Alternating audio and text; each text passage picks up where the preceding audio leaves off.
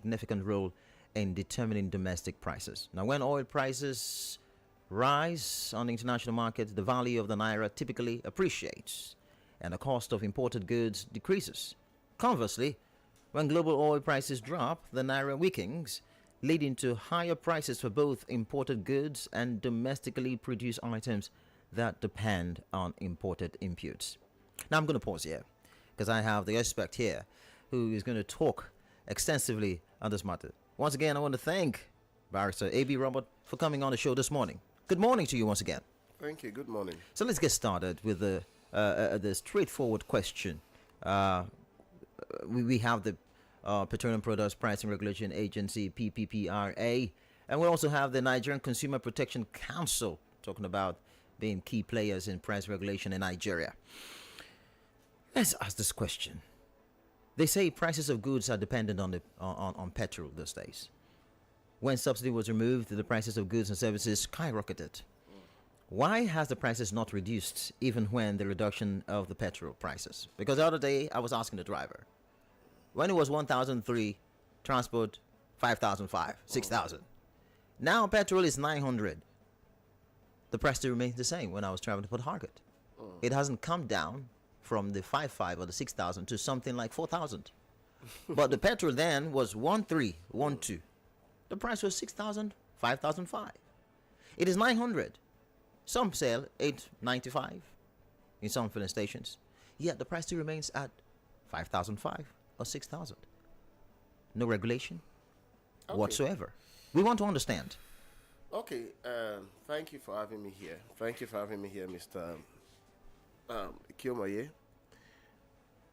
This matter is a very, very broad matter that I would say there will be really no enough time for us to do justice to the topic as a whole. But you have to try. Yes, we'll have to try our little best to see how we can touch on some vital aspects of the discussion.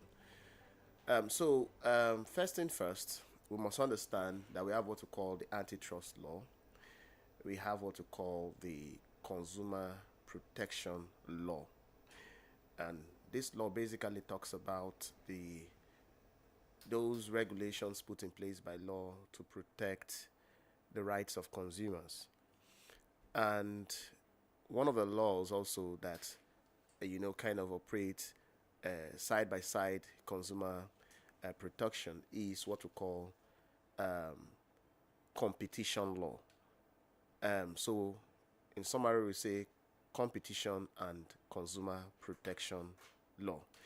In Nigeria currently, we have what we call the Federal Competition and Consumer Protection Act, and that law basically established the Federal Competition and Consumer Protection Commission, that is the body, agency of government, so to say, given the responsibility to regulate practices, connected to the rights of consumers, generally in Nigeria. It is a quasi-judicial body. So when I mean a quasi-judicial body, as much as it has regulatory powers, it also has, it also plays a role, a kind of adjudicatory role, like the court, but not really like the typical court of law. That's why it is called a quasi-judicial body. So it is kind of close to the court, but not the court of law. So that body has a responsibility to protect consumers. In fact, under the law, consumers who feel that their rights have been infringed upon can even approach this commission, lay complaint, and they can give a decision.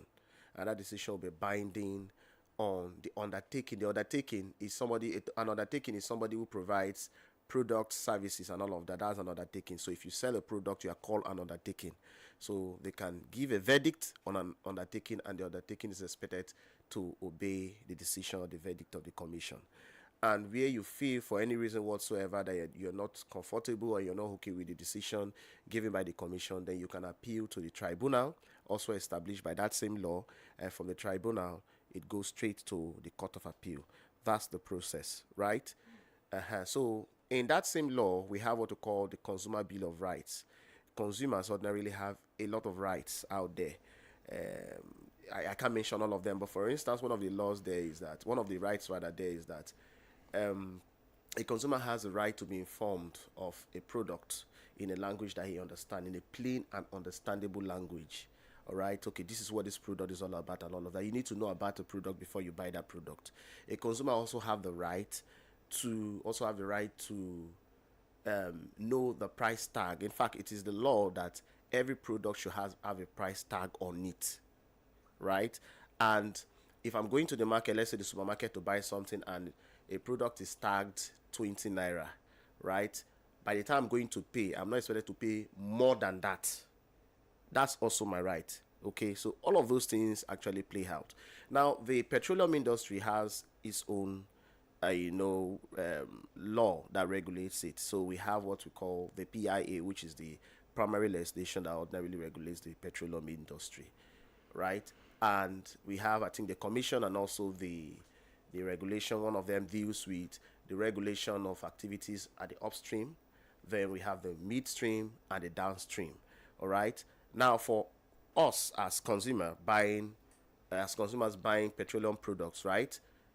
All those activities is connected to what we call the downstream.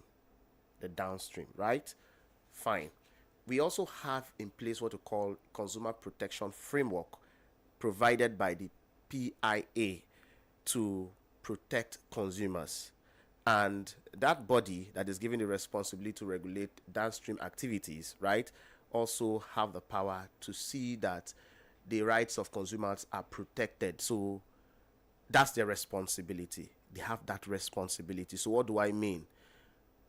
As a consumer, if you go to a filling station and then you buy a petroleum product, and that petroleum product does not meet with the standard expected, right? Let's say you buy a substandard petroleum product, you have the right to seek redress. You have the right to make a complaint before that agency of government, who is now expected to take up the matter, right? And penalize that filling station undertaking, so to say.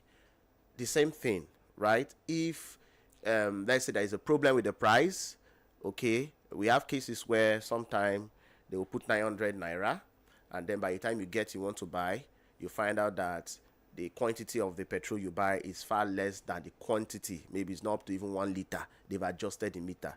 All of those things are consumer protection related subject matters. I don't know if you know what I'm trying to say. I get you. And again, too, this takes us then again to the problem of pricing. You see, the petroleum industry operates in a very unique manner. In fact, the current regime, as regulated by the Petroleum Industry Act, make it in such a way that pricing and prices, so to say, okay, of petroleum product is deeply determined by open market forces. So that means that the NNPC also no longer government does not have that power to just fix price again, or to say this is the way it ought to be. You get, it is dependent on open market forces. So these are some of the things that you need to take into consideration. How much do you spend rather in importing the fuel? How much do you spend in transporting the fuel? How much do you spend? All of those things you need to take all of those things into consideration. How much is spent rather in producing the petroleum product. I can't tell you the exact amount and all of that, but what I can tell you is, for free, sir, is that it is heavily determined by open market forces. Now, the question about why is it that it's 1,000 naira, it has reduced by 100 naira, why don't we see that change and all that? You need to understand something. That let's take for instance keke drivers, right? Okay, so the keke man buys his keke for 3-point-something million. Maybe before now he used to buy for 600 or 800,000 naira. Now the price has increased heavily. Okay, so he's now buying a liter of fuel for, let's say, 1,000 something. Now let's say it has reduced, but let's say 1,000 something initially.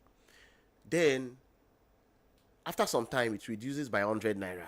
You won't really see that effect, because the man may be taking into consideration other factors. For instance, he's also considering the amount he spends in buying the tire.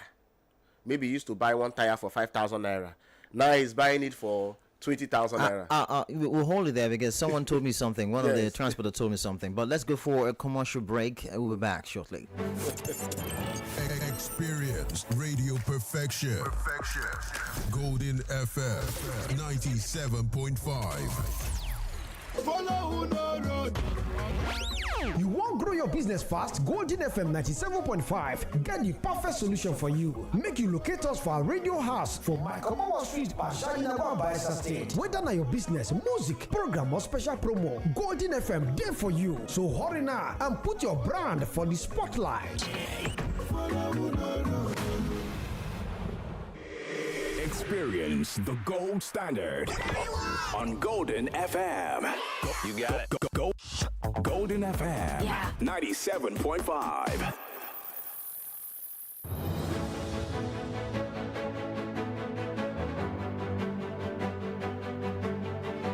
We're back to Let's Talk Nigeria. We still have Barrister A.B. Robert here with me.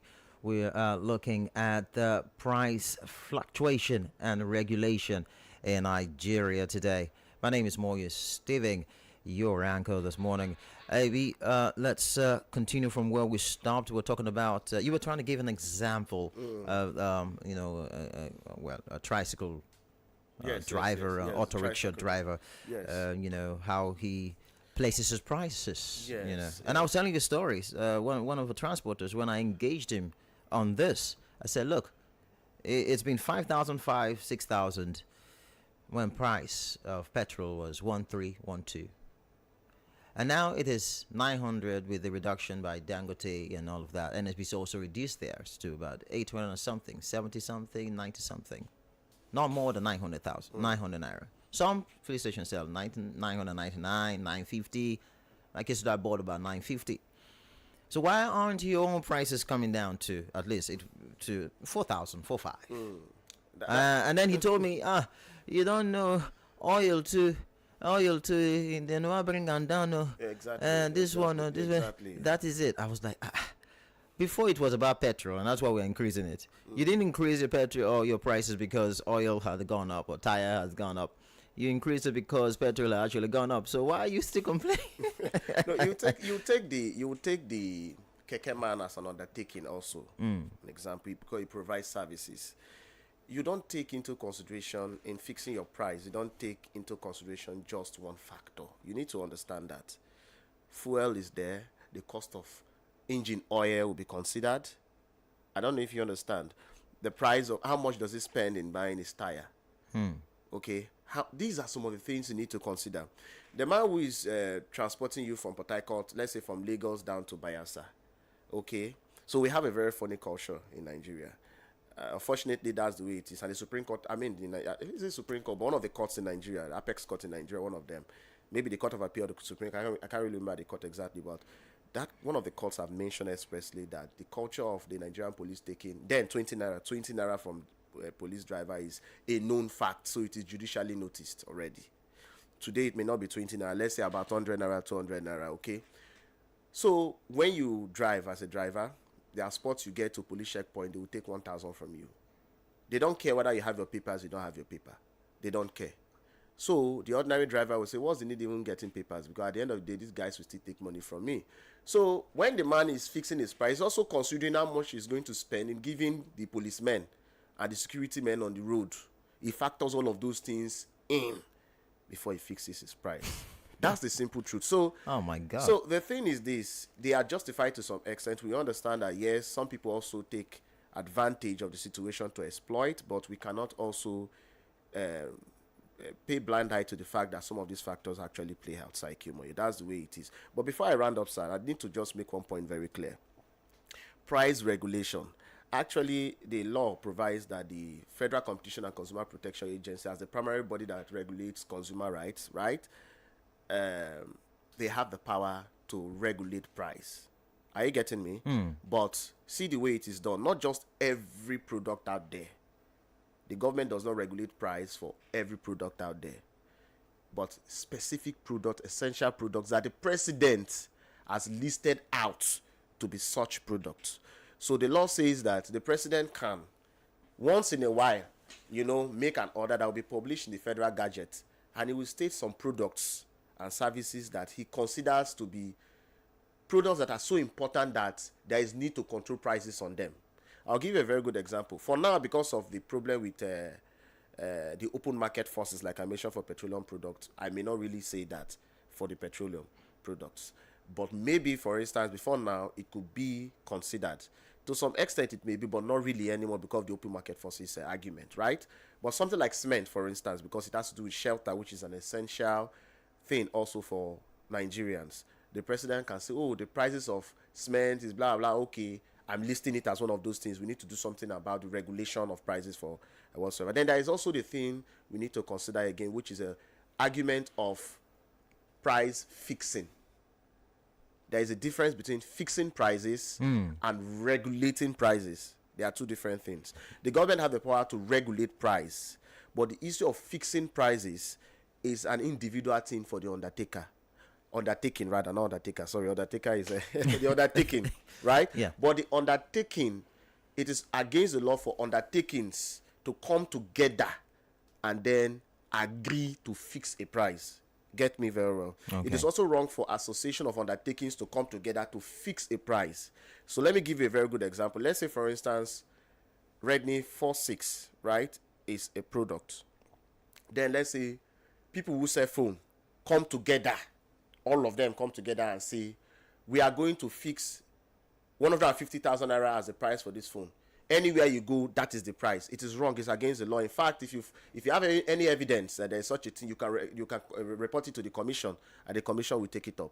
It is wrong for undertakings to come together and have that kind of agreement. So the law describes such agreement as restrictive agreement. So no, that's why we go to the shop. Yeah. It is 15 naira. Yeah. And then we'll go to the other one. We could get it 17 naira. Yeah. And we'll go to another place. It could be That 13 naira. That is normal. It's Okay. a normal market thing. In fact, it brings about competition. That's why the law says don't fix price and say this is the price generally, Okay.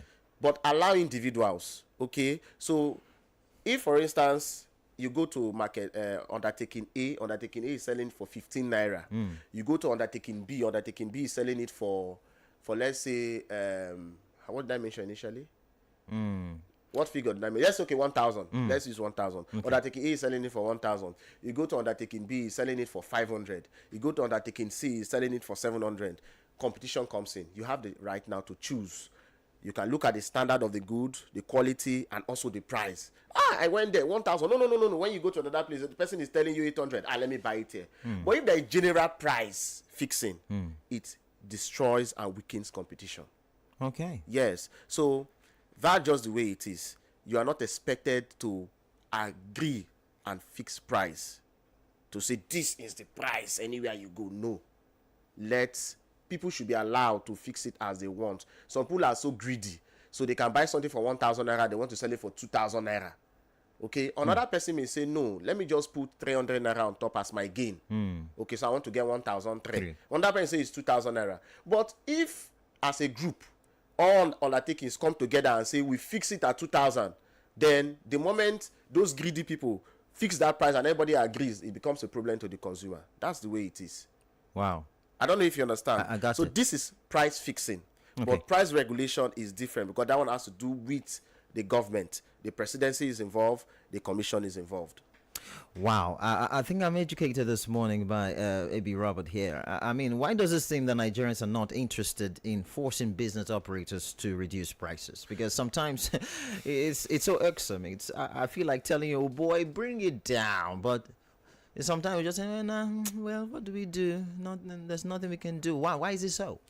Like I said, people have the right to say, but again, if we have this labeling of price, but of course there are some products that can't really work that way anyways. I don't expect a market woman ordinarily putting a price tag on a gari, because the gari is open, normally the way it is. But there are some products you go to buy, maybe in the supermarket, that you need to put the price label and all of that.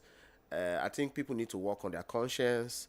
For essential products, government need to play enough role to see that those products are listed out and then work on the regulation of those prices. And then the institution involved, like the commission, need to do everything possible to see that the price that is regulated what they intend to regulate is actually functioning the way they intend. I don't know if you understand it. Okay, so all of those need to also play out. But again, too, I think to a very large extent, because you can't buy something, you keep it in your heart for like 2 months, and then you're coming back to tell us that it's not good. Or 2-3 days